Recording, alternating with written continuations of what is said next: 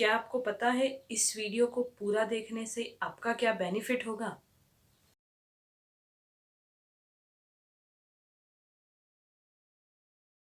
Hello beautiful people, welcome back to my channel. उम्मीद करती हूँ कि आप सभी लोग अच्छे होंगे और मज़े में होंगे। आज की इस वीडियो में हम बात करने वाले हैं इंग्लिश के सबसे बड़े टेंशन की, जो आज की वीडियो में ख़त्म होने वाला है अगर आप इस वीडियो को पूरा देखते हैं। कितना अच्छा ना, एक टेंशन ख़त्म हो जाएगा। तो हम बात कर रहे हैं टेंसेस की। तो बिना आपका और मेरा टाइम वेस्ट करे हुए वीडियो को स्टार्ट करते हैं। तो ये टेंसेस क्यों बनाए गए? क्या आपके मन में ये क्वेश्चन आया? और अगर आया है तो आप सही जगह पर है, क्योंकि आज आपको इस चीज़ का आंसर मिलने वाला है। टेंसेस बेसिकली बताते हैं टाइम और वर्क। तो टेंसेस बेसिकली दो चीज़ें बताते हैं। टाइम, कि किस टाइम पर कौन सा वर्क कितना हुआ, हो रहा है या होगा। तो इसी से हम समझ सकते हैं कि टाइम तो तीन ही टाइप के होते हैं।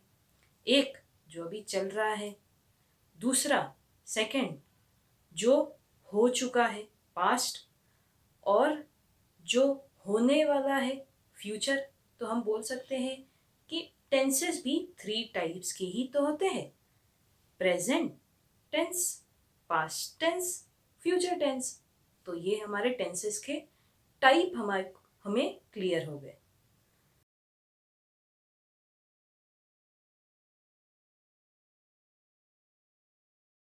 तो जैसे कि मैंने आपको पहले ही बताया कि आज की इस वीडियो में हम बात करने वाले हैं टेंसेस की, और उसके टाइप्स की, और उसके सब टाइप्स की, कितने टाइप्स के होते हैं। और मेन बात करेंगे हम प्रेजेंट इंडेफिनिट टेंसेस की या सिंपल प्रेजेंट टेंस की। तो वीडियो को एंड तक जरूर देखें। अब बेसिकली हमने मीनिंग तो पहले ही डिस्कस कर दिया है कि टेंसेस क्यों बनाए गए, पर अकॉर्डिंग टू ग्रामर या in English, let's understand the tense of a verb shows the time of an event और एक्शन टेकिंग प्लेस। तो इसका मतलब भी वही है कि टेंस बेसिकली क्या बताते हैं, टाइम बताते हैं वर्क का, कि कितना हुआ है, हो रहा है या होगा। Now let's see types of tenses. Tenses basically three types, main three types: present tense, past tense, future tense. तो ये तो बात हो गई हमारे टाइम के अकॉर्डिंग टेंसेस की। अब हमें पता कैसे लगेगा कि काम कितना हुआ है, हो रहा है, हो गया है? तो वो पता लगेगा टेंसेस के सब टाइप से। तो ये जो आप देख रहे हैं ये टेंसेस के सब टाइप है। तो प्रेजेंट टेंस का ये सब टाइप, पास्ट टेंस का ये सब टाइप, और फ्यूचर टेंस का ये सब टाइप। तो बेसिकली ये आपको बताएंगे कि वर्क कितना हुआ है, हो रहा है या हो गया है। तो देखते हैं प्रेजेंट टेंस में। तो प्रेजेंट टेंस में होता है सिंपल प्रेजेंट। अगर आपने एक समझ लिया, बाकी सब सेम ही है। तो इसको बेसिकली इसके फोर मेन सब टाइप है, प्रेजेंट टेंस के फोर सब टाइप है। आपने अगर इसे समझ लिया तो ये दोनों सेम ही है। तो पहला है सिंपल प्रेजेंट टेंस, या जिसको हम बोल सकते हैं प्रेजेंट इंडेफिनिट टेंस। अब यहाँ पर किस चीज के बारे में बताते हैं? प्रेजेंट इंडेफिनिट टेंस में बताते हैं कि कोई शेड्यूल के बारे में बताते हैं, या कोई रूटीन के बारे में बताते हैं, या कोई हैबिट्स के बारे में बताते हैं। और ये अब जैसे ही आपको नाम से ही पता चल रहा होगा कि इनडेफिनेट है, अनिश्चित है। ठीक है। सेकंड है प्रेजेंट कंटिन्यूस, मतलब जो चल रहा है वो प्रेजेंट कंटिन्यूस है। प्रेजेंट परफेक्ट टेंस, परफेक्ट से आपको पता लगता है कि कोई काम पूरा कंप्लीट हो गया है। और लास्ट वाला है प्रेजेंट परफेक्ट कंटिन्यूस टेंस। अब नेक्स्ट आते हैं पास्ट टेंस पर। तो सिंपल पास्ट होता है, पास्ट इंडेफिनेट। इंडेफिनेट का आपको मतलब मैंने पहले ही बता दिया। पास्ट कंटिन्यूस मतलब कोई काम चल रहा है। पास्ट परफेक्ट मतलब कोई काम पूरा कंप्लीट हो गया है, परफेक्ट है। और लास्ट है पास्ट परफेक्ट कंटिन्यूस टेंस। अब नेक्स्ट है सिंपल फ्यूचर या फ्यूचर इंडेफिनेट। फिर सेकंड है फ्यूचर कंटिन्यूस। थर्ड है फ्यूचर परफेक्ट टेंस। और लास्ट है फ्यूचर परफेक्ट कंटिन्यूस टेंस। तो बेसिकली टेंसेस के थ्री मेन टाइप्स हैं, और थ्री मेन टाइप्स के फोर सब टाइप्स हैं। थर्ड पर्सन कौन से होते हैं? जिसके बारे में बात हो रही है, ही, शी, इट और कोई भी सिंगुलर ऑब्जेक्ट हो तो वो वर्ब तो लेगा और उसके वर्ब के साथ एस और ईएस भी ऐड होगा। तो मैं क्या करती हूँ इसे समझने के लिए, ये जो थर्ड पर्सन है, according to grammar third person बोला जाता है, पर मैं अपने समझने के लिए मैं इन लोगों को बोलती हूँ VIP. VIP very important person. तो ये जो है ये वेरी इंपॉर्टेंट पर्सन है। ही, शी, इट और कोई भी पर्सन का नाम आ जाए, बस सिंगुलर होना चाहिए। तो जब भी ये लोग आते हैं ना, तो इनको एस बड़ा पसंद है। तो जब देखो ये एस को ही प्रेफर करते हैं और एस वाला जो हेल्पिंग वर्ब होगा वो ये लोग ले लेते हैं। तो ये आपको आगे रिलेट होगा। तो मैं मेरे समझने के लिए ऐसा यूज करती हूँ कि ये लोग मेरे लिए वीआईपी हैं, ठीक है, और इनको एस बड़ा पसंद है। तो देखते हैं सिंपल प्रेजेंट टेंस।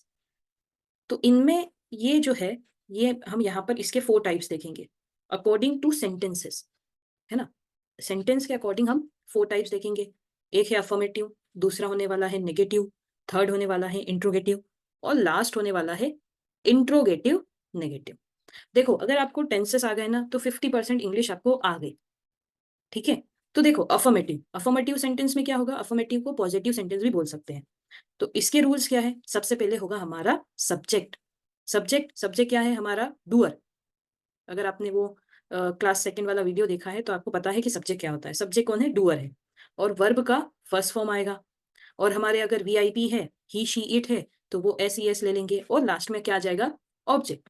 एकदम सिंपल तरीके से आप इसे समझिएगा, रट्टा बिल्कुल नहीं मारना है, ठीक है। तो सब्जेक्ट सब्जेक्ट हमेशा अफर्मेटिव सेंटेंस में या नेगेटिव सेंटेंस में पहले आएगा, ठीक है। सेकंड कौन आएगा, वर्ब आएगा। थर्ड हमारा ऑब्जेक्ट रहेगा। तो देखते हैं ये वाला sentence, she sings a song. देखो मैंने आपको बोला था ना कि ये जो वीआईपी है, ही, शी, इट है या कोई सिंगुलर ऑब्जेक्ट है, तो इन्हें एस बड़ा पसंद है। तो शी, और यहाँ पर क्या लग गया, सिंग्स अ सॉन्ग, ठीक है। तो शी जो है हमारा सब्जेक्ट है, सिंग जो है हमारा वर्ब है और सॉन्ग जो है वो हमारा ऑब्जेक्ट है, ठीक है। अब आगे देखते हैं, they go to the market. They go to the market, तो जो दे है वो हमारा सब्जेक्ट है, गो जो है हमारा वर्ब है और द मार्केट जो है वो हमारा ऑब्जेक्ट है। मीरा, वापस से third person singular, Meera cooks food.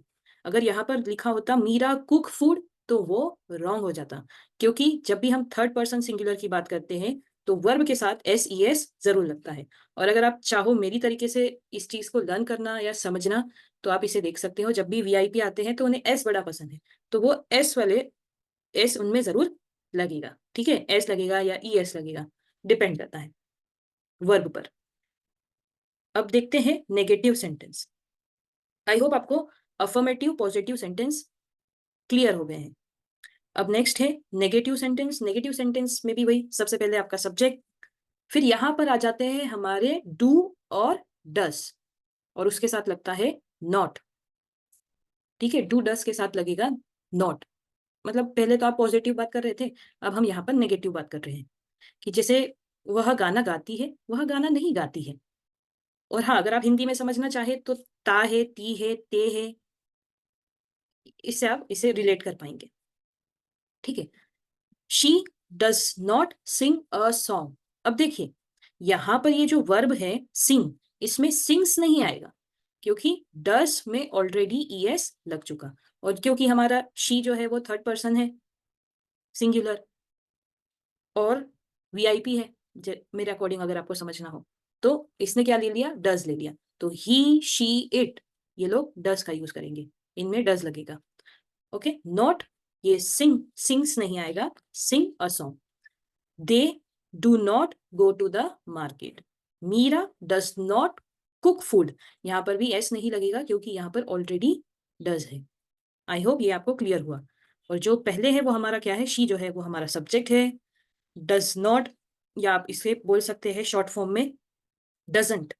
Doesn't तो आजकल इतना नहीं बोला जाता, डजंट बोलते हैं, डज नॉट बोलते हैं लोग, पर हमें एडवांस इंग्लिश सीखना है तो हम डजंट बोलेंगे instead of saying does not, ठीक है। डोंट, डू नॉट की जगह आप बोल सकते हैं डोंट, ये शॉर्ट फॉर्म है। अब आगे देखते हैं। आई होप आपको पॉजिटिव सेंटेंस क्लियर हो गए या अफर्मेटिव सेंटेंस क्लियर हो गए। उसमें बेसिकली क्या था, सब्जेक्ट था, वर्ब था और ऑब्जेक्ट था।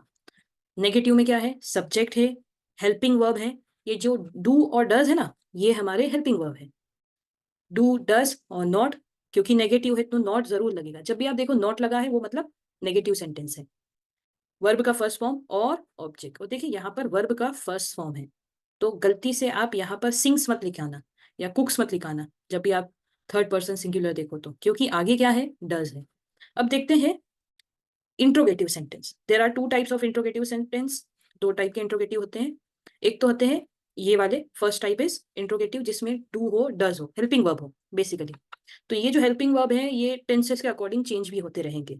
ऐसा नहीं है कि सब में डू डज लगा देंगे, क्योंकि हम यहाँ पर प्रेजेंट इंडेफिनिट इंडेफिनिट की बात कर रहे हैं, इसलिए यहाँ पर मैंने डू डज का यूज करा है। ठीक है, तो इंट्रोगेटिव सेंटेंस में क्या होता है, हेल्पिंग वर्ब होता है सबसे पहले, तो हेल्पिंग वर्ब पहले आ जाता है, फिर जो सब्जेक्ट है वो नेक्स्ट होता है, फिर थर्ड नंबर पर वर्ब होता है, वर्ब का फर्स्ट फॉर्म, और लास्ट तो ऑब्जेक्ट। तो इंटरचेंज हुआ है दो चीजों में, हेल्पिंग वर्ब आगे आ गया और सब्जेक्ट पीछे चला गया, और वर्ब और ऑब्जेक्ट तो उसकी जगह पर ही है। तो देखिए first type, does she sing a song, do they go to the market. तो पहले क्या था, शी सिंग्स अ सॉन्ग।